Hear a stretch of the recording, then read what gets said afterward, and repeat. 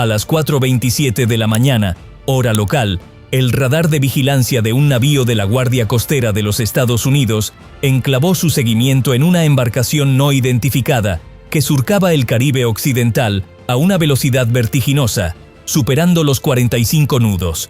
En cuestión de minutos, los equipos de inteligencia confirmaron los peores temores. Se trataba de una lancha rápida del crimen organizado, cargada hasta los topes con cerca de 3.95 toneladas de cocaína, cuyo valor en el mercado negro superaba los $60 millones. Desde el cuartel general de la Fuerza de Tarea Conjunta Interagencial Sur, en Key West, la orden fue instantánea: interceptación inmediata.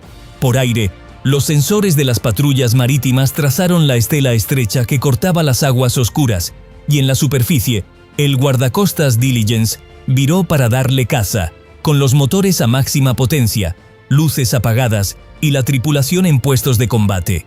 Aquello había dejado de ser una patrulla rutinaria. Se transformaba en una carrera contra el tiempo para detener uno de los mayores cargamentos de droga jamás detectados en la cuenca caribeña. Cada segundo era crucial. Un simple punto en la pantalla del radar se había convertido en una alerta de seguridad nacional, y en algún lugar más allá del horizonte, una red multimillonaria estaba a punto de perder su mercancía. Ante 4 toneladas de cocaína navegando en mar abierto, ¿cómo convierte Estados Unidos el agua en un campo de batalla? A las 4:33 am, la orden de abordaje se transmitió por canales cifrados. En la negrura del Caribe, el USCGC Diligence desató su potencia máxima. En cubierta, la tripulación aseguraba cabos, preparaba las ametralladoras M240 y escudriñaba el mar. El radar mostraba a la embarcación de los contrabandistas corriendo al noroeste a 45 nudos, su casco casi invisible contra el negro intenso del agua. Sin embargo, su resplandor infrarrojo la delataba: motores calientes y 4 siluetas en cubierta. Poco después, un avión de patrulla marítima P-8 Poseidon emergió sobre las nubes, barriendo la superficie con su radar de apertura sintética, rastreando la estela y retransmitiendo coordenadas vitales a la fuerza de tarea. Dentro del centro de información de combate del Diligence, las pantallas se actualizaban al instante. Cada cambio de rumbo de los narcos parpadeaba. Ahora se dirigían al oeste-noroeste, posiblemente hacia la cresta norte de Panamá, una ruta conocida para evadir las vías de navegación comerciales. En ese momento, una lluvia torrencial irrumpió, interrumpiendo brevemente el contacto de radar. Por unos instantes de tensa espera, la traza se desvaneció entre el ruido.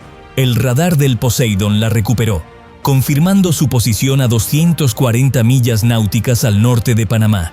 Esa confirmación elevó la adrenalina. Los motores del Diligence rugieron a máxima velocidad y la persecución se oficializó. 2 helicópteros MH-65 Dolphin se posicionaron en el Lumichintennu área, estableciendo un perímetro aéreo.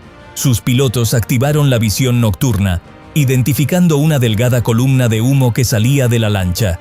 Mientras tanto, el guardacostas seguía la ruta de datos, manteniendo el enganche de radar pese al oleaje creciente.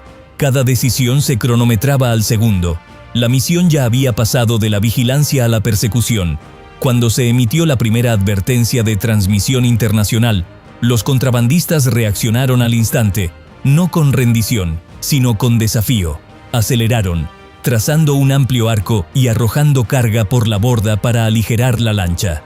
Luego, en un acto de desesperación, uno de los tripulantes disparó una bengala de fósforo blanco contra el helicóptero que lo seguía, intentando cegar los sensores ópticos. Los visores nocturnos quedaron momentáneamente inutilizados. El piloto del Poseidon ajustó la altitud y restableció el contacto visual. El Diligence recalculó los vectores de intercepción. Los traficantes intentaban arrastrar la persecución a una línea de tormenta, donde los relámpagos confundirían las señales del radar. Dale me gusta si encuentras esta precisión táctica fascinante. Por unos minutos, la persecución se sumió en el caos. El agua azotaba la cubierta, las pantallas de radar parpadeaban y las comunicaciones se rompían por la estática. Aún así, la coordinación se mantuvo. Un sistema de puntería asistido por IA a bordo del Poseidon estabilizó la señal de seguimiento y los sistemas del guardacostas filtraron los ecos falsos hasta que el rastro reapareció, firme y nítido. A las 5:02 am, el capitán dio la orden para el patrón de intercepción. 2 lanchas rápidas RHIB fueron botadas desde la popa, sus motores aullando mientras volaban sobre las olas. Cada una llevaba un pequeño equipo de abordaje equipado con herramientas de supresión no letal y lanzacabos diseñados para inmovilizar hélices. Los contrabandistas contraatacaron, soltaron barriles flotantes de aceite y escombros de plástico, creando una trampa resbaladiza para ralentizar la persecución. La primera RHIB viró bruscamente para evitar la colisión, su casco temblando por el golpe de las olas, pero el entrenamiento se impuso. Las tripulaciones corrigieron el rumbo, reestructuraron su patrón y siguieron adelante bajo una lluvia implacable. Un rayo iluminó la escena, la lancha gris girando entre muros de agua, sus tripulantes reducidos a siluetas contra el fondo de la tormenta. A pesar del desorden, el radar del Poseidon no perdió el enganche y transmitía actualizaciones constantes. La coordinación aire-mar estaba cerrando la pinza. Cuando la distancia cayó por debajo de los 1000 metros, el Diligence ejecutó la maniobra final. El guardacostas avanzó en curso convergente, mientras las RHIBs abrían un flanco por babor y estribor, encerrando a los narcos. El océano a su alrededor se había convertido en una red móvil. 3 vectores, una sola vía, de escape. Activa la campana para no perderte nuestros próximos análisis de misiones encubiertas. Se desplegó un cable de inutilización. El cable de acero azotó la popa de la embarcación fugitiva, enredando las hélices. Saltaron chispas mientras los motores se paraban. La lancha se estremeció, perdió su impulso y quedó a la deriva, indefensa, bajo el peso del oleaje. Los equipos de abordaje se acercaron con rapidez. Por un instante fugaz, la tensión se palpaba. Los sospechosos vacilaron, uno haciendo un amago hacia una lona, otro paralizándose a mitad de un movimiento. Nadie abrió fuego, pero la cubierta estuvo al borde de la violencia. Entonces, el momento se rompió. Los contrabandistas cayeron de rodillas, con las manos en alto, mientras los guardacostas subían a bordo, asegurando la embarcación sin disparar un solo tiro. A bordo, el aire apestaba a combustible, aceite y productos químicos. Bajo las lonas, había ladrillos fuertemente envueltos, marcados con el emblema de un jaguar, una firma ya conocida por los analistas de inteligencia. A las 5:37 am, el Poseidon confirmó la imagen de la embarcación capturada, rodeada por los activos de la Guardia Costera. El amanecer sobre el Caribe reveló las secuelas. Una pequeña lancha gris cercada por barcos y helicópteros, prueba de que el mar puede ser dominado por la disciplina y la coordinación. Dentro del centro de operaciones del Diligence, el resultado fue registrado con precisión clínica. Una embarcación interceptada, 5 detenidos, casi 4 toneladas de cocaína incautada, 0 bajas, 0 daños colaterales. Pero mientras el barco viraba al norte, una dura verdad se asentó en la tripulación. Si este era solo un cargamento entre docenas, la verdadera batalla apenas comenzaba. Si una lancha podía llevar casi 4 toneladas de cocaína sin ser detectada durante cientos de millas, ¿cuántas más estarán esperando para poner a prueba el límite de las aguas estadounidenses? El navío capturado era una caja fuerte flotante de evidencia. Después de que el mar se calmara y los motores se silenciaran, el equipo de abordaje aseguró cada centímetro de la cubierta. Los 5 hombres a bordo, quemados por el sol, agotados y visiblemente conmocionados, fueron puestos bajo custodia en el Diligence. Ninguno habló, y no era necesario. El cargamento hablaba por sí solo. Dentro del casco, los técnicos de la Guardia Costera trabajaron bajo la luz intensa, catalogando, fotografiando y sellando cada paquete antes de transferirlo al depósito de pruebas. Capas de lonas impermeables revelaron ladrillos de cocaína perfectamente apilados, cada uno de aproximadamente 1 kilogramo, y sellado con el emblema del jaguar, una marca recurrente asociada a productores colombianos. El peso final confirmó la magnitud sospechada desde el inicio, casi 4 toneladas. Cada ladrillo, cada sello, cada coordenada GPS fue registrado en una cadena de custodia. El proceso, aunque clínico, llevaba el P910 peso de la estrategia. Cada paquete representaba un beneficio para los cárteles, pero también una señal, una prueba de cuán lejos habían extendido su alcance las redes transnacionales. Los especialistas en inteligencia a bordo descargaron datos de los teléfonos incautados y los sistemas de navegación, descubriendo coordenadas de puntos de reabastecimiento que se extendían desde Panamá hasta las Bahamas. A última hora de la mañana, la embarcación incautada fue remolcada. Esta fase fue casi tan exigente como la persecución. El mar seguía siendo impredecible y asegurar las pruebas en alta humedad requería precisión para evitar la contaminación.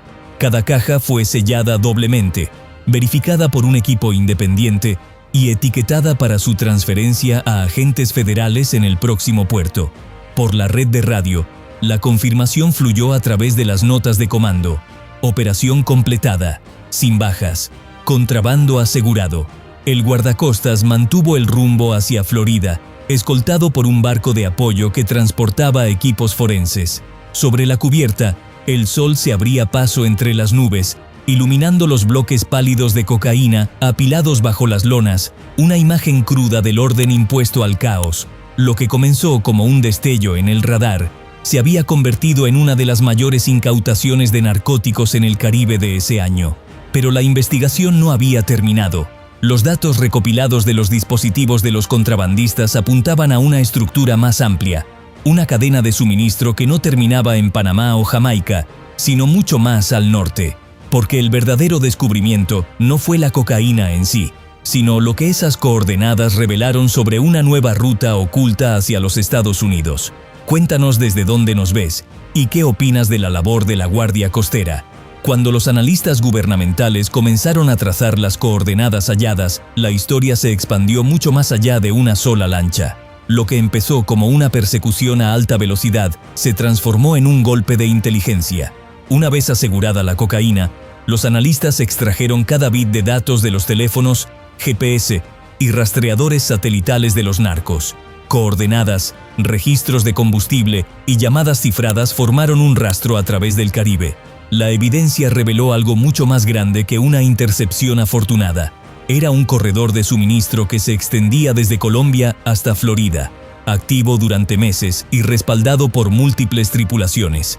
Cada ruta estaba marcada por puntos de reabastecimiento, islas seguras y embarcaciones de relevo, todo sincronizado para entregar toneladas de narcóticos al norte, bajo el radar de las patrullas convencionales. A partir del rastro digital recuperado en el mar, un mapa empezó a tomar forma. Los equipos de inteligencia en Key West superpusieron las coordenadas de los dispositivos capturados con los archivos de radar marítimo y las imágenes satelitales recogidas durante varios meses. El resultado expuso una arteria larga y delgada de movimiento a través del Caribe, un patrón invisible para los civiles, pero inconfundible para los analistas entrenados. Cada punto en el mapa contaba una historia. El primer grupo apareció a lo largo de la costa norte de Colombia, cerca de Barranquilla, donde las embarcaciones nodriza, cargadas de combustible y contenedores sellados, preparaban las carreras. Más al norte, una serie de paradas cortas marcaban puntos de reabastecimiento frente a Panamá y el archipiélago de San Andrés. Cada embarcación viajaba a unos 45 nudos, utilizando perfiles de radar bajos y navegación con luces apagadas para deslizarse entre los carriles comerciales. Entre agosto y septiembre, al menos 3 rutas distintas siguieron la misma geometría, cruzando el borde occidental de Jamaica, pasando cerca de las Islas Caimán y terminando en un arco poco profundo hacia las Bahamas. El patrón coincidía con interceptaciones previas, una el 7 de agosto, al suroeste de Negril, donde se incautó una lancha con 1.500 libras de marihuana, otra el 6 de septiembre, donde se capturaron más de 4 toneladas de cocaína al norte de Panamá. Estos dos eventos no estaban aislados, eran parte de la misma red. Cada parada se correspondía con un nodo logístico, una cala oculta, un muelle pesquero, a veces una embarcación charter local utilizada como fachada. El tiempo entre puntos era casi exacto, lo que sugería un horario coordinado gestionado remotamente. Los analistas descubrieron que las señales de los teléfonos coincidían con las ventanas de reabastecimiento, como si fueran controladas por un despachador invisible. Esto no era un puñado de traficantes que dependían de la suerte, era una red disciplinada que funcionaba con precisión militar. Cuando el mapeo estuvo completo, una conclusión fue imposible de ignorar. El Caribe ya no era una dispersión de intentos aleatorios de contrabando, se había convertido en un corredor, una autopista marítima que conectaba las zonas de producción sudamericanas directamente con las costas estadounidenses. Y los datos capturados por el Diligence acababan de exponer su plano operativo. Comparte este video para que más personas conozcan la complejidad del narcotráfico marítimo. La investigación se profundizó una vez que los analistas cruzaron las coordenadas marítimas con los informes de las fuerzas del orden. Lo que encontraron vinculó el corredor caribeño directamente con la costa este de Florida. En Fort Pierce, agentes federales habían desmantelado recientemente una operación paralela que reflejaba las rutas marítimas descubiertas en el caso del Diligence. Esta red involucraba 4 pequeñas embarcaciones que llegaban desde las Bahamas, cada una con una mezcla de contrabando y migrantes. 30 ciudadanos chinos, 5 tripulantes bahameños y 2 niños escondidos entre ellos. Junto a los pasajeros había 370 libras de cocaína selladas en paquetes con la misma marca de Jaguar incautada en alta mar. El centro logístico detrás de todo resultó ser un apartamento Airbnb alquilado con identidad falsa cerca del puerto deportivo de Fort Pierce. Dentro, los investigadores encontraron teléfonos satelitales, cartas marinas y una pared cubierta con horarios de envío. La unidad operaba como una sala de control en miniatura, donde los horarios de cada cruce se coordinaban para evitar las ventanas de patrulla de la Guardia Costera. Los pagos de los migrantes se procesaban a través de aplicaciones de mensajería cifrada y billeteras digitales dirigidas a intermediarios offshore. El análisis financiero estimó que cada migrante había pagado hasta $30,000 por el pasaje, un precio que, multiplicado por múltiples viajes, elevaba las ganancias a la escala de varios millones. Al combinar el tráfico de personas con el transporte de narcóticos, el sindicato maximizaba los ingresos mientras dispersaba el riesgo. La carga humana proporcionaba una fachada de desesperación que reducía la sospecha durante las inspecciones aleatorias, mientras que los envíos de cocaína escondidos entre el equipaje garantizaban altos márgenes. Las redadas de Fort Pierce condujeron a más de 30 arrestos, incluidos intermediarios que gestionaban el reabastecimiento en las Bahamas y correos con base en Miami. Los interrogatorios revelaron que estos grupos reportaban a los mismos coordinadores rastreados a través de los teléfonos incautados por el Diligence. En esencia, la cocaína capturada en el Caribe y los migrantes rescatados frente a Florida eran parte de una única empresa, una red híbrida que movía personas y drogas bajo un mismo paraguas operativo. Para los investigadores, esto confirmó una verdad incómoda. La frontera entre el contrabando de personas y el tráfico de narcóticos había desaparecido, reemplazada por un modelo de negocio transnacional único, optimizado para el beneficio y la invisibilidad. A medida que los agentes reconstruían la jerarquía, la estructura se asemejaba más a una empresa multinacional que a una banda criminal. En su base estaban los productores en el norte de Colombia, operando laboratorios en la selva cerca de puertos fluviales. Desde allí, los corredores en Panamá y Jamaica gestionaban la logística, contratando pescadores locales, pagando sobornos y alquilando barcos nodriza para las transferencias en alta mar. Cada eslabón de la cadena tenía su especialización. Las tripulaciones de las Bahamas manejaban la navegación de corto recorrido a través de canales de islas, aprovechando los arrecifes poco profundos donde los buques de patrulla más grandes no podían maniobrar. En Florida, los coordinadores en tierra, como los que operaban desde el Airbnb de Fort Pierce, recibían las entregas y gestionaban la distribución interna a través de empresas fachada de importación y compañías de transporte. Los beneficios se dispersaban a través de capas de pequeñas transacciones blanqueadas mediante remesas estilo hawala, transferencias bancarias y billeteras de criptomonedas abiertas bajo nombres falsos. Lo que emergió no fue un grupo disperso de traficantes, sino un imperio logístico, armado con comunicaciones cifradas, relevos satelitales y la disciplina de una flota paramilitar. Operaba más como una armada que como una pandilla, con canales codificados, Mando escalonado y coordinación estricta a través de miles de millas de mar abierto, las evaluaciones de inteligencia valoraban una sola ruta completada en más de 70 millones en ingresos potenciales, contabilizando tanto narcóticos como tarifas de migración. Los márgenes eran vastos, y las pérdidas por incautaciones como la del Diligence apenas se registraban.